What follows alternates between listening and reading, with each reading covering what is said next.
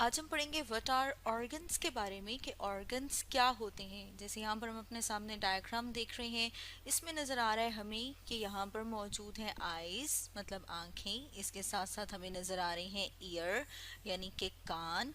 इसके साथ साथ हम देख रहे हैं नोज़। ये तो हम देख रहे हैं ऑर्गन्स जो कि हमें बॉडी के बाहर नज़र आते हैं। इसी तरह से हम देखते हैं कि हमारी बॉडी के अंदर भी बहुत सारे ऑर्गन्स होते हैं जो हमें नज़र नहीं आते। जैसे यहाँ पर हम अपने सामने देख रहे हैं, अगर इसमें हम देखें तो हमें नज़र आ रहा है लिवर, जिसे यहाँ पर हम देख रहे हैं जिसे कहा जाता है जिगर। इसके साथ साथ यहाँ पर हम देख रहे हैं ये है स्टमक। अब अगर हम स्टमक को थोड़ा सा और इनलार्ज करके देखें, बड़ा करके देखें, तो जैसे यहाँ पर हम देख रहे हैं कि ये क्या है, स्टमक जो हमें अंदर से नज़र आ रहा है। जब हम इसका इतना सा हिस्सा काट के इसको थोड़ा सा बड़ा करके देखते हैं तो हमें नज़र आता है कि इसके अंदर 3 लेयर्स मौजूद हैं। जैसे यहाँ पर हम देख रहे हैं कि ये है आउटर लेयर, इसके साथ साथ हम देख रहे हैं ये दोनों मिलके बना रहे हैं मिडल लेयर, और इसके अंदर एक और लेयर मौजूद होती है जिसे कि हम कहते हैं इनर लेयर, क्योंकि ये अंदर वाली साइड पे मौजूद है। अब हम देखते हैं कि अगर हम फर्दर इसको देखें तो इसमें किस तरह के स्ट्रक्चर नज़र आते हैं। इसमें हमें नज़र आता है कि जो आउटर लेयर है उसमें इस तरह के सेल नज़र आते हैं। जैसे यहाँ पर हम देख रहे हैं ये कौन सी लेयर है, ये है आउटर लेयर। तो ये जो आउटर लेयर है इसमें हम देख रहे हैं कि एक जैसे सेल्स मिलके ये बना रहे हैं, और इसमें अगर हम देखें कि जो एक जैसे सेल्स हैं इन्हें क्या कहा जाता है, इन्हें कहा जाता है टिश्यू। तो हम यहाँ पर देख रहे हैं कि जब एक जैसे सेल्स सिमिलर सेल्स मिलते हैं तो वो बनाते हैं टिश्यू। इसी तरह से अब अगर हम दरमियान वाली लेयर की बात करें जो कि मिडल लेयर है, तो वो हम देख रहे हैं कि इस तरह के सेल्स, जैसे यहाँ पर हम देख रहे हैं, इस शेप को कहा जाता है स्पिंडल शेप। अब ये जब एक तरह के सेल्स मिलते हैं तो ये एक और टिश्यू बनाते हैं जिन्हें कहा जाता है मसल टिश्यू, जो कि मिलके मिडल लेयर बना रहे हैं।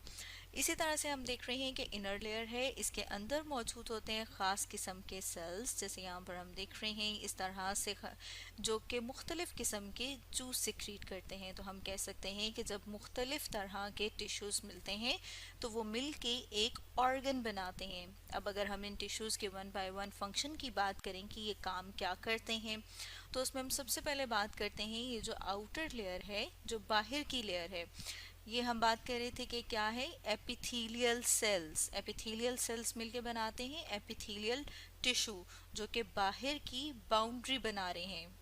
इसी तरह से जब हम मसल्स लेयर की बात करते हैं, या फिर हम कह रहे हैं कि ये जो मसल सेल्स हैं ये मिलके एक टिश्यू बनाते हैं, जैसे यहाँ पर हम डायग्राम में देख रहे हैं।